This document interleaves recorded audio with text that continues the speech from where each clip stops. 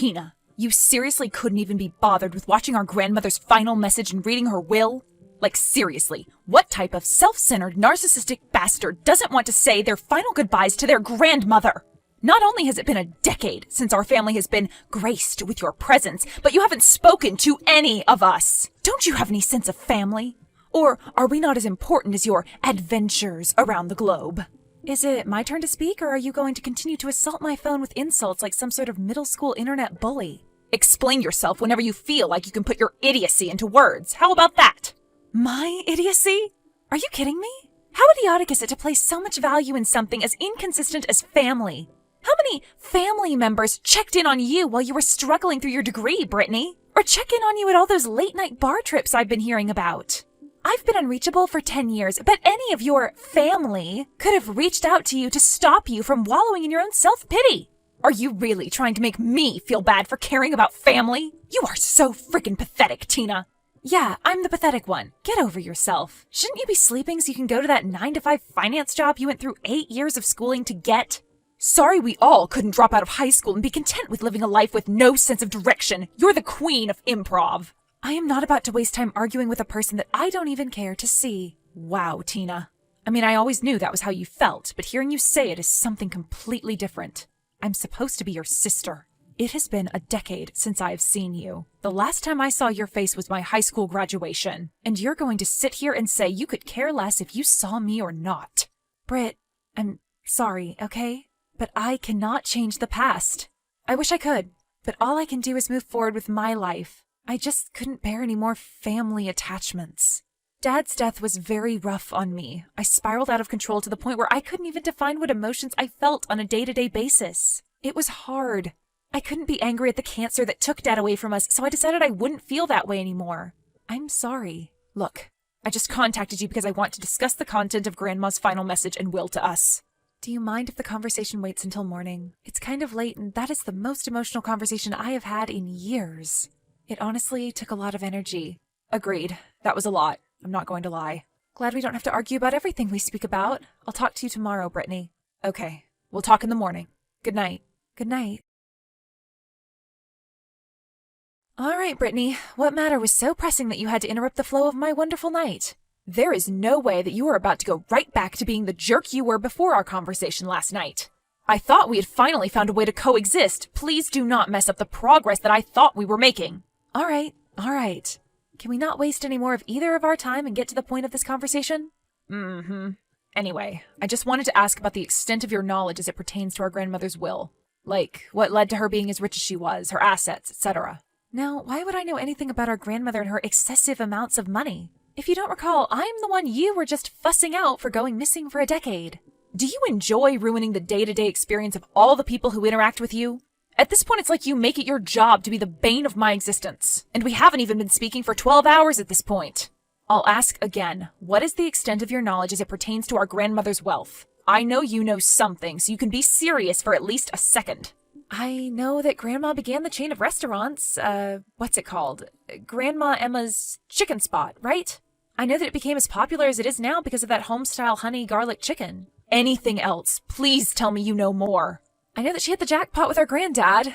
The biggest portion of the wealth comes from the 3% of that pharmaceutical company they own. I can never recall the name of that company. Okay, good. So you were told the same lies as everyone else in our family. Lies? What do you mean by lies? Why would our grandparents lie to us about the money they procured before we even got on this planet? I guess we weren't ready for the truth. The contents of our grandmother's final will and testament was about the truth of our so-called family business. The truth? I guess that means you're about to tell me what's really behind all that money Grandma and Granddad made? Well, first I have to figure out where to start. How about you just jump into the story? You have a habit of wasting a lot more time than what is necessary. Oh, you don't want me to waste any more time, huh? Okay. Well, our grandparents' wealth is based on that pharmaceutical company you know about, right? Well, the pharmaceutical company isn't real.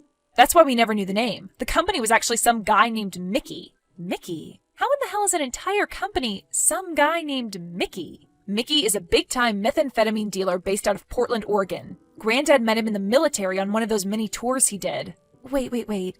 Did you just say that the company that they told us they invested in was Mickey? And Mickey was a meth dealer? I cannot believe you came up with this crazy story just to get in contact with me. You must think I'm dumb if you think I would believe something as crazy as that. Like, what do you take me for? I was not born yesterday. Jesus, Tina, I know you don't understand. But please try to listen and not interrupt. This is going to take a lot longer if I have to combat your denial and try to explain the real-life sequel to Breaking Bad. Okay, I'm listening. As I said, Granddad met Mickey in the military. They had become really close friends after their time in Vietnam. And they turned into best friends by the time they got back to the States. When they got home from Nam, Granddad told Mickey about the farm he owned. He told Mickey about the farmland he owned, and how he could do virtually anything he wanted to with it.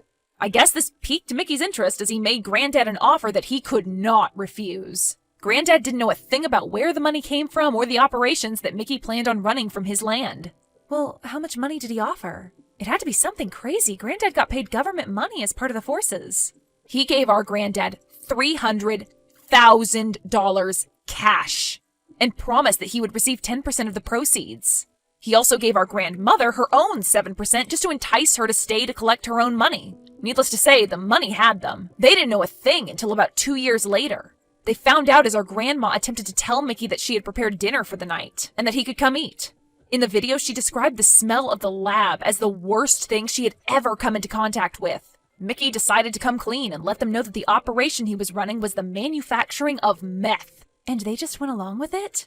Well, not exactly. They actually were angry that Mickey didn't tell them the entire scope of the operations he paid them to run. Grandma went on to talk about a huge fight that went down between Mickey and Grandpa. It wasn't much of a fight, though. Apparently, Mickey would not fight back because he knew he was in the wrong. So they didn't like what he was doing, and they put an end to it. Why does it matter if it is all over? Tina, for God's sakes, can you let me finish? I mean, it's not a Q&A. It's a, I talk, you listen. You would have already heard the story if you could be bothered to show up once in a while. Whatever, just get on with it. As I was saying, Mickey wouldn't fight back. Grandma stopped the onslaught and calmed Granddad down. She walked away with Mickey and he began to apologize for not being truthful. She didn't know what to think, so she told him to just go to his living area, meaning the barn, and she would talk to Pops. Of course, he was angry since their entire livelihood could have been ruined, but Grandma saw opportunity. Since their business relationship had started, our grandparents did not have to work a day. Needless to say, neither of them wanted to give up that lifestyle. So they kicked him out and started the fast food chain? Okay, well, that makes a lot of sense. Wrong again. Grandma always dreamed of her restaurant, but that was not what she cared about anymore. She saw it as a way to clean all the money that they were making at such an absurd rate. The rest is history. Wow, are you serious? Yes, I'm afraid. That, my slightly dumb sister, is how our family fortune came to be. We are a drug kingpin, and none of us ever knew in the slightest. Now you're the one trying to ruin my life experience. Regardless, that was so many years ago, Brittany. I understand that Grandma spoke of it in the video, but why does that hardly matter now? If anything, we should burn all evidence of this and leave it in the past. This is why I called you slightly dumb. Yeah, it is smart to rid the evidence, but you have to be dumb if you're not looking at this opportunity like it's a gold mine. How small-minded can you be? Brittany, you are a 9-to-5 worker that works from a cubicle in an office. You cannot believe that you are just going to be able to go from that to a meth dealer. I'm tired of living such a mundane lifestyle. Every day I do the same thing. Wake up, convince myself to hit the gym, go to work. Work 8 hours, eat while I'm there, go home. I can't keep doing it. I need something different, something more spontaneous. And a life of crime is how you want to spice your life up? This isn't Grand Theft Auto, Brittany. You cannot go back to your normal, comfortable life after you try to get into something like this. Have you tried taking a dance class? How about parasailing? Hell, even skydiving. Just don't try to bite off more than you can chew. Tina, I am an adult. I know how to handle myself and not get into trouble. We're not kids anymore, you know. Well, you sure are acting like one. Why would you say you want to get involved with meth? Just have a more interesting life? Even if it made your life more interesting, you do know it's a secret you'd have to carry to the grave, right? Just like Grandma did. Oh, shut up. Acting like you care about your family now? You don't know anything about the lifestyle our grandma led, so don't go trying to give out advice. You wouldn't be half the woman our grandma was. Okay, that was uncalled for. Very uncalled for. Seems like you got everything figured out already, huh? You're darn right I do. I didn't need you all those years, and I don't need you now. I think you need me now more than ever, honestly. But I'll let you do what you want. You're right about one thing. We are not children anymore. I do not have to look after you by any means. Is that all? Can I go back to leading my normal, isolated life? Or are you going to keep bothering me without purpose? Yeah, go back to the pathetic lifestyle you live, whatever that may be.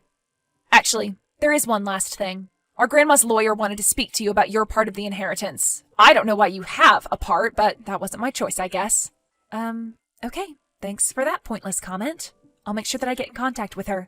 Okay, well, that's all, Tina. Goodbye. I hope whatever you do goes well. Bye, Brittany. Don't get into any trouble. Hello, Angela. The brat told me you needed to speak to me. Why didn't you just text me? In case you don't remember, Tina, we haven't spoken before. You weren't around when your grandmother introduced me to the family. Hello, Tina. Well, you got me there. How have you been? It's been like a year since I heard from you. It's not 10 years, but a lot can happen in a year. I'm pretty good. Sorry, your grandmother and I kind of saw this time coming from a distance. We tried to prepare the best we could. Thank you for that, by the way. I know that took a lot out of you from a mental standpoint. I wish I had the ability to handle something like that. Trust me, Tina, we were proud of you just for doing your part as you have been. Your grandmother was so grateful that you took over the family business at such a young age. We know your father would have felt the same. Thank you. You have no idea what that means to me. On that note, why does Brittany think she is about to go from The Office to becoming the next Tony Montana? She thinks she is about to do what? That girl never ceases to amaze me. I'm sure you know like I know, but we cannot stop her from doing her heart's content. I thought we all agreed to keep the whole operation under wraps. What happened? Your grandmother began to change her mind the closer the time came. I tried to change her mind, but I didn't have it in me to argue. I get it. It was probably for the best that you didn't fight her over it. A blissful exit, you know? Yeah, but back to Brittany. She probably feels like since you weren't there from her point of view that you didn't mean anything to her. She only cares when it's announced to the world. That's why we are not the same. Well, you're not lying with that one. But let's get to the real point of this conversation. We have to talk about the $6 million inheritance she left behind. Brittany mentioned something about my part. Does she know about the inheritance too? Now why in the heck would I tell her about that? She knows what your grandmother left for everyone else. She assumed that was the entirety of the inheritance, and that no one knows about the operation. Not even me. Well, at least we kept one thing from her. She would have waged a war if she knew about that. Your grandmother left her the fast food chain and decided that this inheritance is solely to be shared by us for our part in the operations. We do have to negotiate the split, though. Is this the part where you tell me that you plan on taking me out? I don't think I can handle war with you after a conversation with Brittany. You watch too many movies, Tina. No, I am actually fine with taking $500,000. I don't need much, Tina. You are worth way more than that to the business, Angela. I'm not letting you leave this conversation unless you take $2 million. You really have no choice. You drive a hard bargain, but my mum would slap me if I ever turned down an offer like that. I'm glad it was that easy. I know you were just trying to play Mrs. Morale. You caught me. Thank you for that, by the way. I kind of feel bad for letting Brittany think that I just didn't care about our family. They truly mean the world to me. But she would have been the end of our business. She is just way too arrogant and does not care to listen more than she speaks. So, I guess this is what had to happen. It was the right decision. I have to go now. It's time to pick up my kids. Okay, it was nice to hear from you, Angela. Same to you. I will talk to you soon. See you later. Please tell me you have access to a TV. Watch the news right now. Please skip the dramatics. You know for a fact that I do not own a TV. Let's get to the point. Former financial manager arrested for trafficking? What in the hell did she do? It couldn't have had anything to do with the business. She hasn't been with me, talking to me, or anything else. Brittany the Brilliant decided to find her own way into the family company. She found her own contacts and then began to try and set up a family partnership. The contact told her to meet him the week after and then showed her his badge and took her in. Since she runs the chicken spot, they decided to check out all locations and decided to shut down 3 of the biggest restaurants. It isn't devastating to the company, and the teenage crowd thought it was pretty cool. I'm just glad we stopped cleaning money there, or else she would have really been Armageddon to our entire family. That's cool and all, but you know this means we can't do anything for her, right? I can be her lawyer, but the bail price is so high it would look strange for you to bail her out. So, I can't get her, or else the cops are going to look into the background of my money. Cool. Don't get me wrong, I want to empathize with her, but we all knew that Brittany would be the end of herself. It's not on our shoulders. She chose her own path. Why do we only contact each other in these awful scenarios? We've got to get better at talking about something positive. You're right. When she found out the news, she was doomed. I told your grandma that would happen. Trust me, my grandma knew that too. But I guess the decisions were all up to Brittany. Well, I'll make sure I do better with contacting you with better news. I have to go. Talk to you later, Tina. Okay, goodbye.